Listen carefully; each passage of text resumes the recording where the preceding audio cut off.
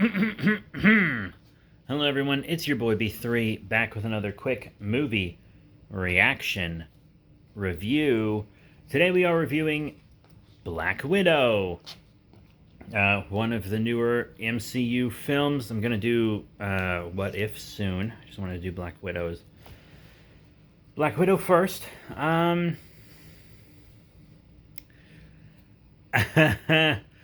It's the movie that started the lawsuit that nobody talks about anymore. So, this movie really felt like it was too little, too late. And I thought it was fine. Like, I thought it was an okay film. I really didn't have any real problems with it, but it's just that it really seems too little, too late. I know Kevin Feige, or however you pronounce that last name. I usually say Feige, but apparently it's Feige. I know he wanted her to have a film in like phase one, and some old bigot shot it down. Same with Black Panther. I think Black Panther and Captain Marvel were both supposed to be in it way sooner than they actually were. But they just all got shot down. Like, I think Captain Marvel was supposed to be at the end of Age of Ultron, maybe. Really wild stuff. But we have her solo film finally, and they decide to give her a solo film after they kill off her character, which is an interesting choice. If you saw my Endgame review forever ago, you wouldn't remember this even if you did. But I said that I thought for sure Hawkeye was going to be the one that died to get the stone in Endgame, because I was like, Black Widow has a movie announced. It can't be her. And Hawkeye, Jeremy Renner has been wanting to leave the role for a while, it seems. So, like, it has to be him. And it was her, a founding Avenger. They just really got rid of pretty much all of them in some capacity. Really wild. And that's fine. It was their time to come to an end. Honestly, I would have been fine with the MCU ending after Endgame. And in all honesty, it probably just should have. But Black Widow, so it's about her trying to find her family, but it's not her family. It's a fake family that she was like in deep cover with, and they pretended to be a family, but during that time they bonded like a real family, which I get. In those circumstances, you're under that deep cover for years. That becomes real. That's fine. No trouble believing that. But there's also this thing about freeing the other widows that are under the command of the pervy Russian guy that created Black Widow. So it's like her and Red Guardian, who I'm kind of like a fan of. Thought he was a little ridiculous in this film, to be completely honest. But it worked. And just all these characters. Another thing about this film is it seems so low stakes compared to what we see in MCU films and stuff these days. Oh, hey, doggy. You coming up here with... Oh, watch the rib, watch the rib, watch the rib. It seems so low stakes compared to all these other films. Like, these days, it's basically a global threat, at least, with everything. And you're watching the whole movie like, the stakes are so low. Don't step on my rib, please. The stakes are so low. And then you kind of get to the end, and there are going to be spoilers, by the way, here. And, and you see that... Hey, this guy, now that he's perfected mind control tech pretty much, he's running the world through all these women he abducted and abused and trained, etc. Really wild. And it's like, wow, that is a big threat. And then it kind of hits you later. You're like, wait, no. That's kind of just the same threat level as Captain America the Winter Soldier. Because in Captain America the Winter Soldier, there were like Hydra agents, sleepers, and covers all around the globe and stuff, and they were going to take over the world. with the help of the mind controlled uh, assassin. And in this movie, it's a guy with sleeper agents and undercover agents all over the world. And he wants to bring Black Widow back into the fold under mind control so that he can use the mind controlled assassin to rule the. It's the same. It's the same as Captain America and the Winter Soldier at its foundations. Uh, it's wild, and the film's got some heavy themes that I feel like the MCU has kind of been unwilling to touch for ever. Real dark stuff about like abuse and agency, etc., especially in women. Uh, Pretty wild, pretty heavy. So make sure you're up for that. We also have uh, one thing I really liked that they brought back was, you remember in Avengers how Black Widow would do these interrogations that weren't interrogations, like her interrogations, she would just like trick people into telling her what she needed to know, and they like did it in that Avengers film, and I'm not sure they've done it since then, but they did it like at least twice in Avengers because she did it to that gangster or whatever, and then she did it to Loki. She does it in this movie to the main villain, and I was like, they brought it back. I forgot it even existed. I was so excited to see it because that was such a cool thing she did in Avengers. And I was like, hell yeah. Another part of me, I was watching this film and I was like, are they going to talk about the forced sterilization? Is that going to come up? And they make sure you remember. And to be completely honest, if a woman didn't direct this film, it probably would have got swept under the rug. I'm dead serious. But that is something that really needed to be addressed so that, you know, the audience really understood how horrible it was that this was done to them without their consent. Because in Age of Ultron, it's a little victim blamey when it comes up. And I think we all know by now that Joss Whedon is a fake feminist hack. We all know that. But damn, I really thought they were going to try to sweep that under the rug, but it was, they made you face that. I thought that was cool. The after credit scene is setting up maybe the Hawkeye series. It's like Natasha's sister being hired to kill Hawkeye, or I guess Ronin, since he's in his Ronin outfit in the picture she's shown, by the woman who, brings U.S. Agent onto her team. I don't know if they're setting up like Thunderbolts.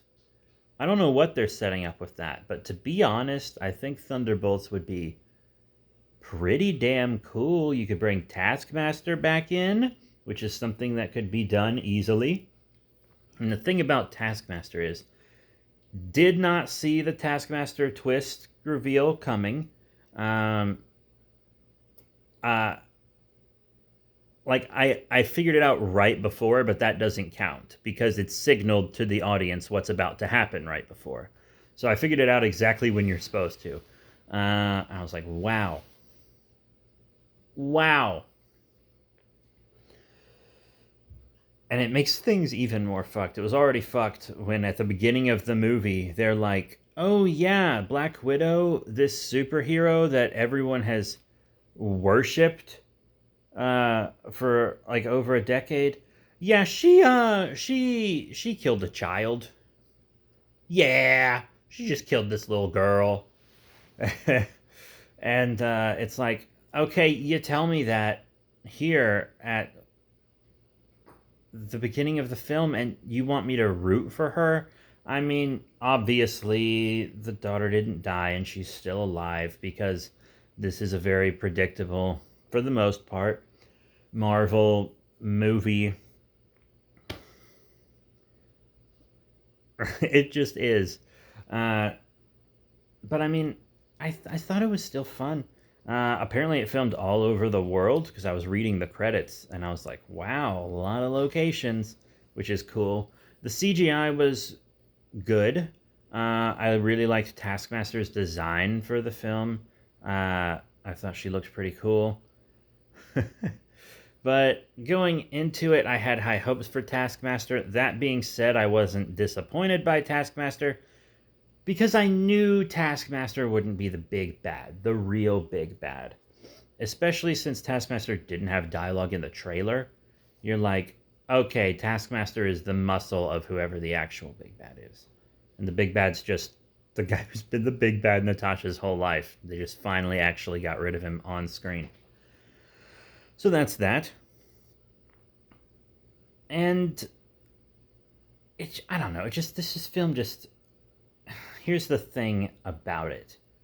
You can't tell a story that's too big in this film because it takes place right after Civil War.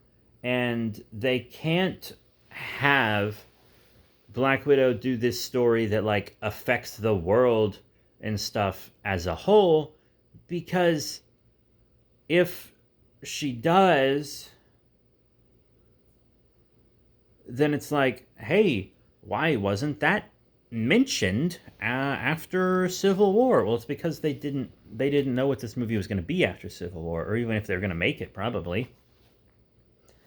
And that's fine, but that's kind of the problem with a flashback movie like this. The story can't be as big as the stories for the films surrounding it. Especially for those with characters that we've had in other films before. Because, like, look at the Captain America films. Like, the stakes are so different in each one, you know? And basically every hero has world-ending threats. I mean, look at the new Spider-Man that's coming out. Like, all of reality could collapse if they don't win in that movie, and of course they're going to. But, like, Spider-Man usually just kind of fights street-level villains. That's kind of one of the charming things about Spider-Man, is, like, he can show up for the big events, but usually the big events aren't centered around him, with the exception of, like, Spider-Verse stuff. So yeah, it feels like such a small story in the grand scheme of where the MCU is at. And so I don't mind that they speak English most of the time, but every once in a while they'll just switch to Russian for like no reason. And usually if I watch a film that takes place in another country and the people in that film are like speaking English, but they would be speaking another language, I'm just like, you know, I just consider it like I would a dub. Like, I know that they're speaking Russian, but it's just in English for the audience's sake. But here's the thing. Here's the thing. They constantly flip back and forth. Like, they'll just randomly say a full sentence in Russian so that you know they're speaking English, and you kind of can't suspend your disbelief as much. And I'm like, if they weren't constantly switching back to Russian, it'd be fine. And then some of them, like Red Guardian's English, isn't 100%. Like, he's not super fluent. He's got really good English, but sometimes he'll like leave a word out or something, you know? And that makes it extra weird because not only is he speaking English in situations that don't warrant him to have to speak his second language, because everyone around him speaks Russian, but it's like he's not even speaking English that well. So why is he speaking English? And it's like, yeah, of course the whole movie's not going to be in Russian. Duh. But then why do you... you don't trust the audience to read subtitles of the whole movie in Russian, which is smart because an American audience probably wouldn't do that, even for the MCU. But when you go back and forth constantly, they like can't look away for a second to like grab their drink or something or check their work email, which then something they might have to respond to quickly, because they could just miss a full line of dialogue. They should have just been in English, because there was like one scene where Natasha and her sister, they're speaking English and they're just like in a convenience store talking very loudly about being assassins. And like the store clerk's right there. And I was like, oh, that's why they're speaking English. So the people around them aren't likely to understand them talking about killing people. But then they just keep doing it when they're... It doesn't make sense. It doesn't make sense. And then even if you were speaking a different language to hide the subject matter of your conversation from people, you'd still keep it down, right? You wouldn't be very loud and make gestures and stuff about fighting and killing people in the convenience store with the clerk right next to you. That was very odd. The movie didn't allow Natasha to have the final kill, because if she did, that wouldn't be heroic. So they had to give it to her sister. And even then, it wasn't like a personal kill. She just killed the engine on a helicopter and the villain blew up. And that was like it. But there's a lot of places this could go. You know, I feel like probably our White Widow will probably try to go kill Hawkeye, and maybe Kate Bishop will like recruit her to the cause or something. I really want them to go Thunderbolts. You could so easily go Thunderbolts. You have a Taskmaster whose mind control is gone. Oh, yeah, I'm dog sitting this baby. Oh, you have a Taskmaster whose mind control is gone. You have a U.S. agent who's got a bit of a better handle on himself. And you have White Widow. That's a great start for the Thunderbolts. You got General Ross in this movie twice. Who made the Thunderbolts again? Oh, yeah, it was General Ross. Give me that Red Hulk. I'm dead serious. Give me the Red Hulk. It's not going to happen. I think their Hulk rights are up. Like, I don't think they can use Hulk at all in the movies anymore. But they used him in What If, so who knows? The rumors about the MCU are always so... Oh, watch the rib, baby. Are always so weird. She wants to butt scratch. That's her favorite. Oh, listen to that. So, I guess that's it. I liked the costume design. The set design was fine. It was pretty much exactly what I expected. The soundtrack, it was whatever. Most of the MCU films, I don't like the soundtrack of. The Avengers theme, sorry, not soundtrack, score. I'm sorry, there is a difference. I meant to say score. I don't like the score of most MCU films. Black Panther had a good soundtrack, and like Guardians of the Galaxy had a good soundtrack. And I think Black Panther did have one of the better scores, but most of the time the scores are kind of bland intentionally, which is stupid. It just is. And the Avengers theme, I feel like, is the only memorable original score piece from the MCU to this point. And before you say anything about Agatha All Along, that's a soundtrack, not score. Haha, got him. So, one more thing, just throw it in. I saw the swap coming from a mile away.